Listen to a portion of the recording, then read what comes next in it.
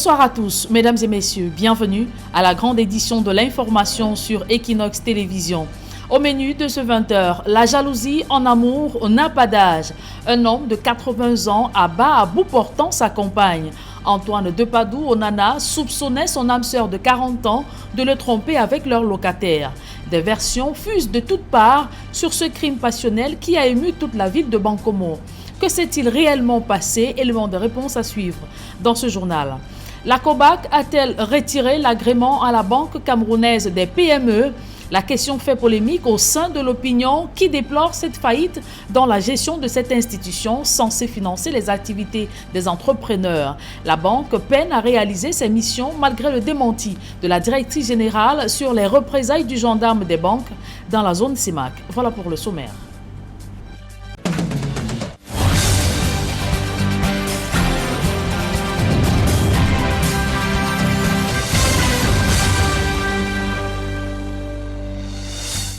Une fois encore, bonsoir à tous. Mesdames et messieurs, merci de nous recevoir chez vous. Féminicide à Yaoundé, un homme abat de sang-froid sa concubine à l'aide de son fusil de fabrication artisanale.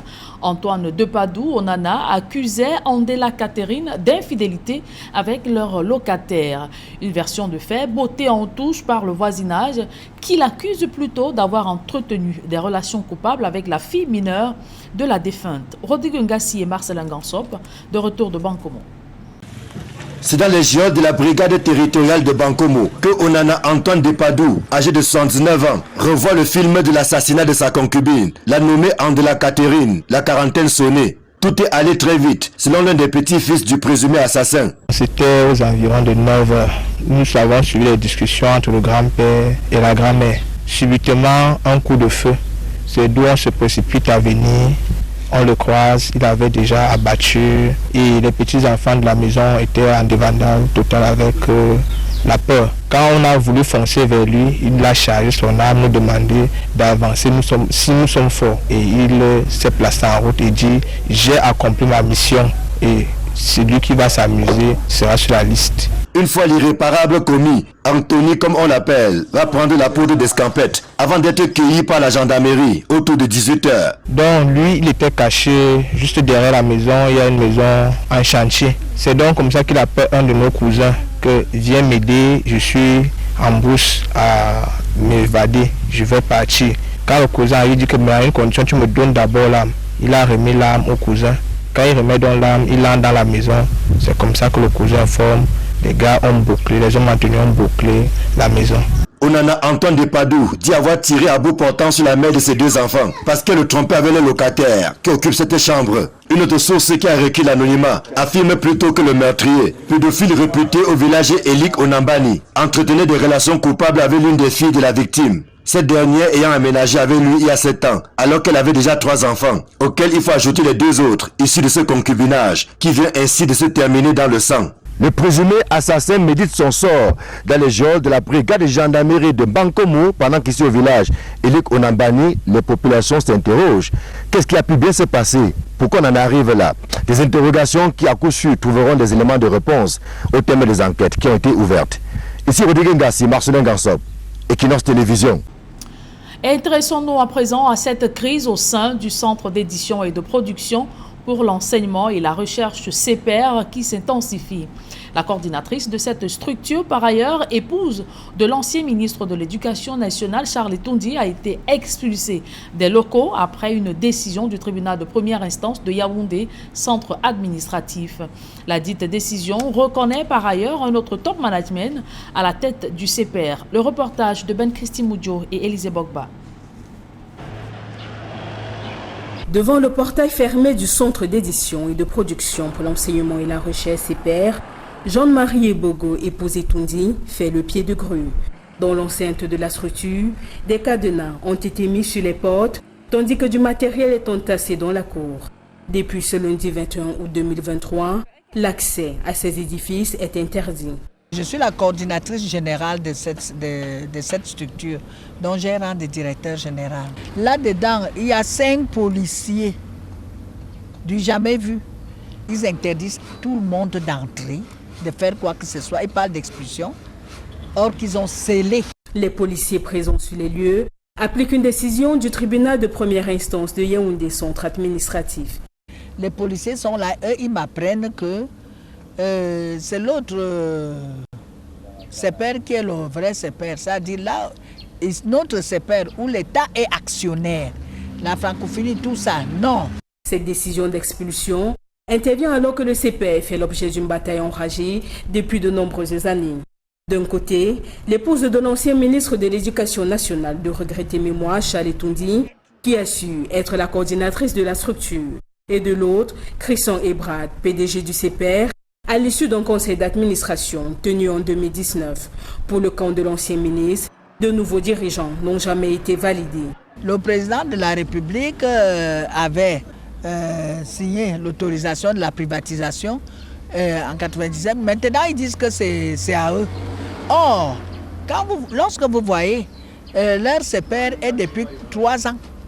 Cependant, en face, l'on assure également être légitime. Pour les avocats de Christian Ebrard, la décision de justice rendue par le tribunal de première instance de Yaoundé Centre administratif fait loi. Une décision pour laquelle le camp de l'ancien ministre de l'Éducation nationale a interjeté appel. C'est la croix et la bannière sur la route qui relie Bafia dans le Mbam et Inubu à Ngoro dans le Mbam et Kim. En très piteux état, surtout avec le retour des pluies, les usagers souffrent le martyre au quotidien et appellent le ministre des Travaux publics au secours, lui qui avait promis réhabiliter cette route qui dessert plusieurs bassins de production agricole. Marcel Zoc et Marcelin Ganson. Le gouvernement nous a abandonnés. Dame Pluie vient d'arroser Bafia, chef-lieu du département du Bam et Inubu. Et bienvenue le calvaire sur le tronçon Lablé-Malabo. Des scènes comme celle-ci sont vécues au quotidien sur cette route, dont la forte dégradation décourage même les automobilistes, parmi les plus téméraires. La souffrance là, c'est déjà vraiment énorme déjà. Voilà mon collègue qui vient de tomber là, parce que la route de Malabo on ne donne pas. On souffre énormément pour passer, et on va donc faire comment? On va rester garé à la maison, obligé de sortir pour avoir de quoi manger. Obligé de sortir pour satisfaire la famille, pour satisfaire le patron. On souffre énormément. Pardon, le gouvernement ait pitié de nous. Mais tu vas passer par où? Ça c'est les routes de Bafia. C'est comme ça ici chez nous. Un cri de détresse est lancé en direction du gouvernement, et notamment du ministre des Travaux publics, qui avait promis qu'un soin particulier serait accordé à cette route, laquelle dessert plusieurs bassins de production agricole et de cacao. Depuis des années, nous grands producteurs de cacao dans cette région, mais regardez comment nous se sommes pour évacuer nos produits. Regardez, une pluie de 2 heures de temps et on pousse ainsi. Quand vous voyez là, l'état de la route n'est pas bon. Vraiment, il faut que l'État nous aide ici là. Parce que nous, les enfants du village, nous souffrons. À des moments, nous passons même, nous perdons la marchandise parce que l'état de la route, nous cassons les bouteilles. Quand la route est comme ça, au moins ils doivent nous laisser. Que non, la route est mauvaise, ils doivent travailler. Mais quand c'est comme ça, on souffre, on peut les donner. On ne sait pas là où ça part. En plus de faciliter la communication entre plusieurs villages de l'arrondissement de Bafia, cette route hautement stratégique permet également de relier, via le bar de Guérima, l'arrondissement de Ngoro, dans le département du Bam et Kim. Sa réhabilitation ferait donc un grand bien aux populations des 2 rives du Mbam, lesquelles peinent jusqu'ici à sortir du cercle infernal de l'enclavement et son cortège de malheurs. Et dans le chapitre consacré à la rentrée scolaire, les parents d'élèves de plus en plus préoccupés par les préparatifs à 2 semaines du premier son de cloche. Au-delà de l'achat de fournitures, les frais de scolarité variant d'un établissement à un autre constituent un véritable casse-tête pour ces parents par ces temps de conjoncture difficile. Emos Fongo et la fleur signée. À chaque veille de rentrée scolaire, il se pose l'épineux problème des frais de scolarité. Si certains établissements proposent des montants au-dessus de la bourse de nombreux parents, un constat est clair, celui des frais de scolarité à 2 vitesses, notamment du côté des établissements privés. Une situation imputable selon Luc Nyomok, syndicaliste à l'État, qui a abandonné ce secteur. L'État s'est refusé de financer l'école. Il a donc fait appel aux opérateurs privés et qui chacun vient avec l'esprit de se faire son affaire. Donc l'État aujourd'hui qui ne finance pas ne peut pas de l'autre côté fixer les taux de scolarité. Parce que lorsqu'il va les fixer, on va lui demander de payer. Une disparité qui n'est pas seulement propre aux établissements privés. Selon le syndicaliste, le phénomène est aussi observable dans les établissements publics. Et même l'enseignement public, ce n'est pas l'homogénéité, ce n'est pas l'harmonie au niveau des taux. Si on peut appeler abusivement là-bas les taux de scolarité, dans l'établissement public, on ne devrait même pas parler de ça. Et là aussi, ce n'est pas l'harmonie. Il y va de la volonté du chef d'établissement. Une situation qui laisse les parents à la merci du bon vouloir des directeurs d'établissement. Aujourd'hui, ce n'est pas le premier parent qui peut mettre son enfant dans les enseignements privés. Il faut se saigner pour pouvoir mettre son enfant à l'école privée. Mais les parents, ils sont obligés parce que là-bas, il y a quand même un peu de sérieux, un peu de la formation qu'on ne retrouve pas toujours à l'état actuel dans les examens publics. L'éducation est primordiale pour un État. Une harmonisation des frais de scolarité allègerait sans doute la tâche aux parents, déjà préoccupés par d'autres responsabilités, notamment l'achat des fournitures scolaires. Et à la suite de ce reportage de Emos Fongo et la fleur signée, notons que plusieurs parents ont misé sur les épargnes pour éviter les surprises de dernière minute. Les enfants ont aussi apporté leur contribution pour aider les parents à mieux préparer leur année scolaire. Immersion dans un domicile au quartier Bédi dans l'arrondissement de Douala 5e pour vivre le quotidien d'une famille à quelques jours seulement de la rentrée scolaire. Josiane Gok, Hubert Michel Camille. Dans un petit coin de Bédi dans l'arrondissement de Douala 5e, nous rencontrons Sylvérine Mengue, plongée dans ses activités quotidiennes. Après avoir étalé le linge, elle apprête le poisson pour se rendre dans son espace de commerce. Je fais mon commerce qui est de la brèche, je brèche le poisson. C'est pas facile, mais Dieu permet que chacun il sorte, il rentre quand même avec quelque chose pour nourrir ses... Grâce à ce business, elle réussit à accompagner son époux dans les charges des enfants. Le père est là, mais nous les mamans, on doit toujours donner un coup de main au papa. Pour lui venir en aide, on achète les cahiers et les livres. À 2 semaines de la prochaine rentrée scolaire, la famille stresse moins et compte s'appuyer sur les économies réalisées depuis des mois pour acheter les fournitures des enfants. Avant la rentrée, nous stressait. Il y a les librairies maintenant, cette année, ça fait 2 ans. Ils nous permettent de cotiser 500 tous les jours. En fait, ce qu'on a. À la fin, comme d'ici la rentrée, quand on va prendre la liste des élèves, on part là-bas, ils nous donnent tous les cahiers, les livres. Durant ces vacances, Sandy et Marcel ont été d'une grande aide pour leur maman. Marcel, l'unique garçon des 4, s'occupe des petites courses pour la maison et aide sa mère à nettoyer le poisson. Sandy, quant à elle, après toutes les épices jusqu'à la cuisson. Fille aînée de cette famille, c'est elle qui s'occupe également du repas. Une tâche qui soulage Sylvérine à s'intéresser à autre chose. I help my mom generally early in the morning. We go to the market, we buy certain things to eat, and after we come back and arrange all the things so that it should be ready before time. Un peu loin à Bépanda Omnisport, toujours dans l'arrondissement de Douala 5e, Sandrine, une maman de 3 enfants, accélère les pédales de sa machine. Pour elle, il faut doubler d'ardeur au travail pour répondre aux besoins à venir. Mais moi, en tant que parent, je sais déjà que quand on donne 3 mois, c'est pour que le parent commence déjà à se préparer. Même s'il faut que ça ne suffit pas quand même d'ici la rentrée. Mais le peu de ce que j'ai épargné, j'essaie un peu de faire avec. Si ces 2 familles semblent sereines et à l'abri de toute pression, à moins de 2 semaines de la rentrée scolaire, d'autres par contre multiplient les équations qui restent jusqu'ici à plusieurs inconnus.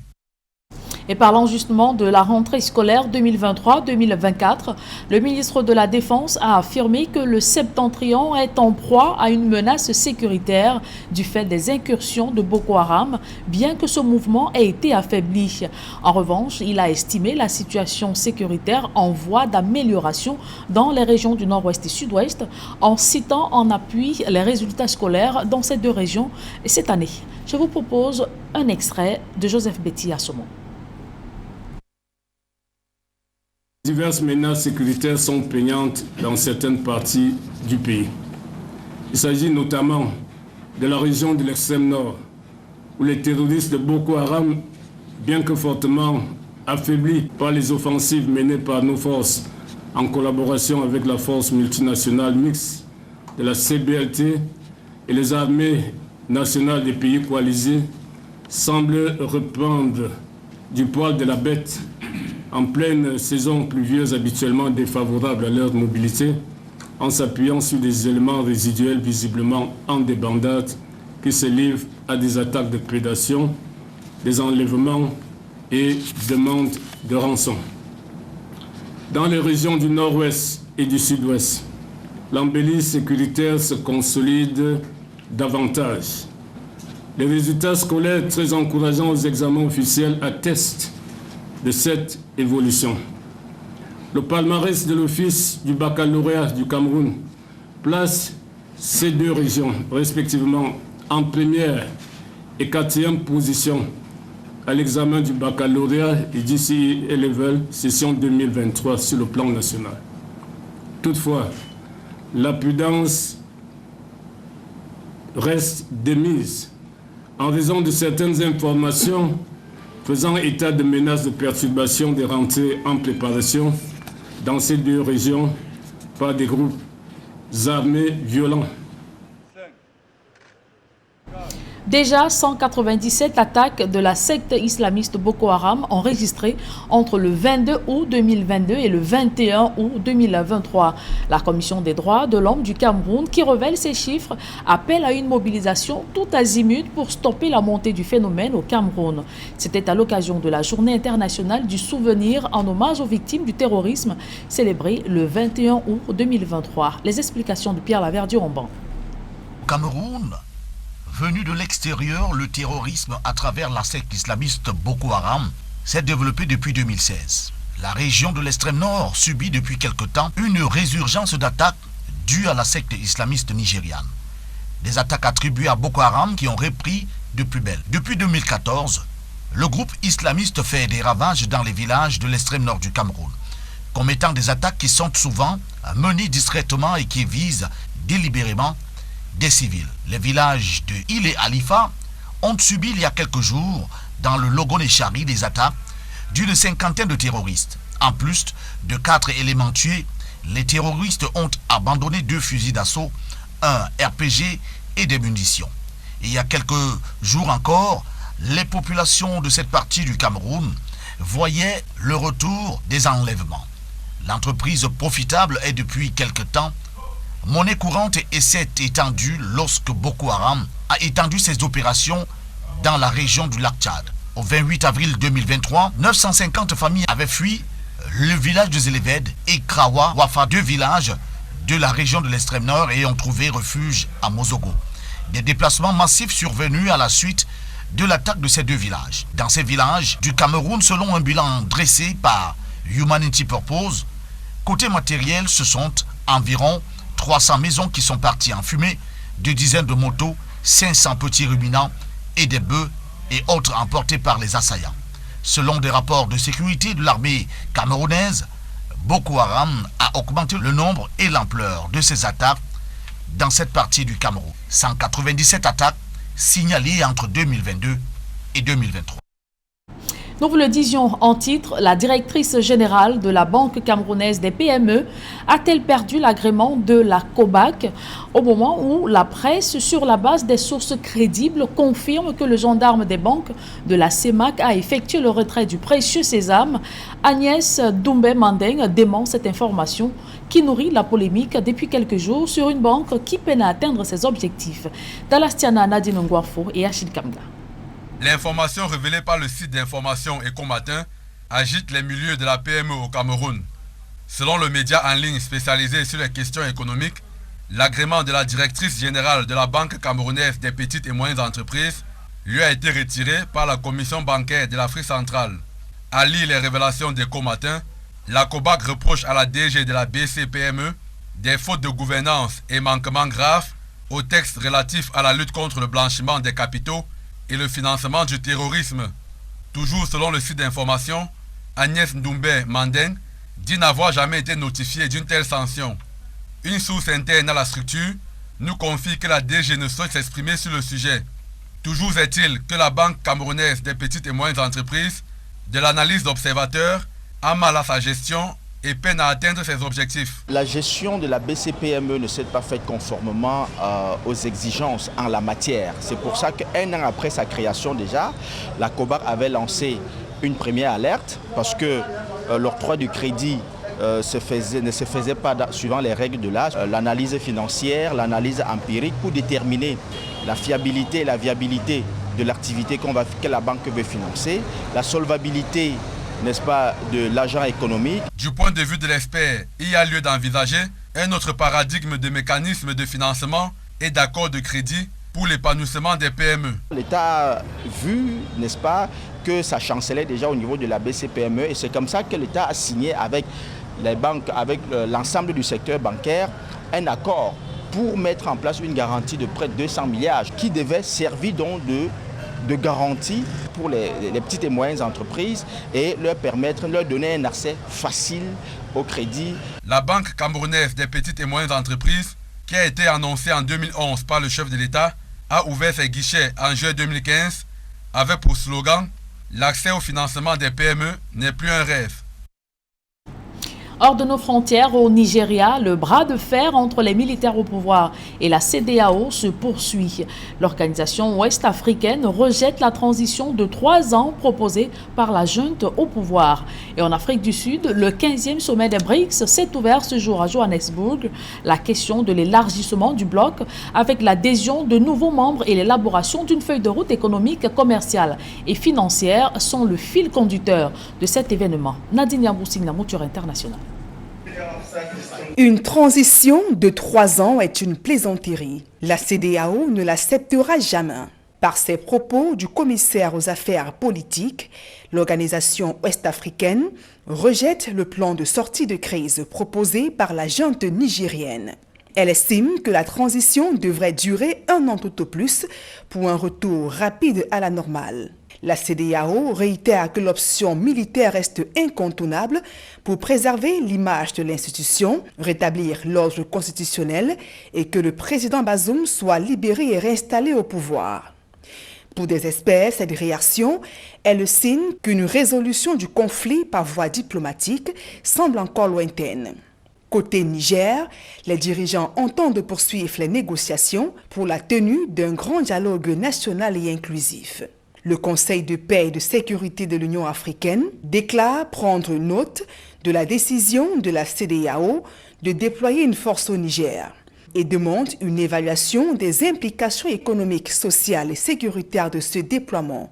Le CPS décide par ailleurs de suspendre le pays jusqu'au rétablissement effectif de l'ordre constitutionnel. La fermeture des frontières entre le Niger et le Nigeria, tout comme les sanctions imposées par la CEDEAO, pèsent lourd sur les communautés locales et paralysent l'activité économique entre les deux pays. En Afrique du Sud, au cœur de Johannesburg s'est ouvert le 15e sommet des BRICS sous le thème « BRICS et Afrique ». Une 50aine de chefs d'État, amis des BRICS, prennent part aux travaux qui vont durer 3 jours. L'élargissement du groupe à de nouveaux pays est l'un des enjeux majeurs. Plusieurs nations ont d'ailleurs exprimé leur désir de rejoindre le bloc, notamment l'Algérie, l'Égypte et l'Éthiopie. Les participants à ce sommet se penchent également sur une mise en circulation prochaine d'une monnaie commune. Le sommet des BRICS est le premier rassemblement en présentiel depuis la pandémie de coronavirus. Composé du Brésil, de la Russie, de l'Inde, de la Chine et de l'Afrique du Sud, le groupe se considère comme un contrepoids à la domination économique occidentale. Il représente 23% du PIB mondial et 42% de la population de la planète. Et dans la page sport de ce journal, exécution de la sentence du TAS, le président réhabilité de la Ligue régionale de football de l'Ouest fait la douloureuse expérience du refus de la FECAFOOT de se plier aux injonctions de la juridiction sportive suisse. Le président, suspendu par Samuel Eto'o, est arrivé au bureau surpris de voir les locaux de la Ligue fermés. Pourtant, François Quedem avait prévu tenir une réunion avec ses collaborateurs. On voit tout cela dans ce reportage de Robert Kenyé, Vivien Tonfak. Le siège de la Ligue régionale de football de l'Ouest est resté fermé toute la journée ce mardi 22 août 2023. C'est l'entrée qui est bloquée, mais en haut c'est ouvert, c'est bien ouvert. En effet, il était prévu dans ces locaux une série de réunions avec des acteurs du football dans cette partie du pays, convoqués par le président François Kouedem, réhabilité par le tribunal arbitral du sport. Et depuis ce matin, je suis surpris de constater que les portes qui habitent la Ligue régionale sont fermées. D'ailleurs, ce matin, la grille en bas était fermée, mais je me suis rendu compte que les bureaux étaient ouverts, c'est-à-dire qu'on n'était pas ouvert. Et curieusement, cet après-midi, tout est fermé. Et je ne sais pas qui est à l'origine de cet acte. Peu après la publication du communiqué convoquant ces réunions, le deuxième vice-président de la Ligue régionale de football de l'Ouest, à travers ce communiqué, rappelait à son tour que la décision rendue par la plus haute juridiction compétente en matière de sport dans le monde ne saurait être appliquée sans la tenue d'une session du comité exécutif de la Fédération camerounaise de football. C'est un communiqué qui a un vice de forme parce que Toumba II n'est pas président de la Ligue régionale de football de l'Ouest. Et je vois bien qu'il a signé en lieu et place du président de la Ligue régionale de l'Ouest un vice de forme. Les décisions de TAS, on ne les commente pas. Ce qui se présente dès lors comme une nouvelle affaire dans l'affaire est de nature à davantage paralyser le football dans la région de l'Ouest, d'après cet acteur. La vacance à la tête de la Ligue régionale nous a beaucoup pénalisés. On était vraiment bloqués à tous les niveaux. On a fait, je peux dire que nous on a travaillé avec beaucoup de difficultés parce qu'on n'avait même plus personne chez qui on pouvait s'adresser. Donc nous on était donc très contents quand on a réhabilité le président Kouedem parce qu'à chaque fois qu'on était bloqué, on s'approchait de lui, vers lui et puis essayer de bloquer la situation. Des acteurs du football voient en cette attitude un bras de fer ouvertement engagé avec le tribunal arbitral du sport. Malgré la sentence rendue par le tribunal arbitral du sport réhabilitant le président de la Ligue régionale de football de l'Ouest, les différentes réunions prévues ce jour n'ont pas eu lieu. Les portes de la Ligue régionale sont restées cadenassées toute la journée. Depuis la Ligue régionale de football de l'Ouest, nous sommes Robert Kenyé et Vivien Tonfac pour Equinox Télévision. Et toujours en sport, rendu à 4 jours du 19e championnat du monde d'athlétisme qui se joue à Budapest, en Hongrie, seul un athlète camerounais reste dans la compétition. Véronique Kosenda, dernier espoir du Cameroun, rentre dans la compétition ce jeudi en triple saut. Elle tentera de faire mieux que le sprinter camerounais Emmanuel Essémé, éliminé de la compétition aux 100 mètres, tout comme Nora Monnier-Hatim au lancer de disque d'Alastiana et Fabrice Lomo. Tant très attendu au championnat du monde d'athlétisme Budapest 2023, le Camerounais Emmanuel Essémé est éliminé de la compétition.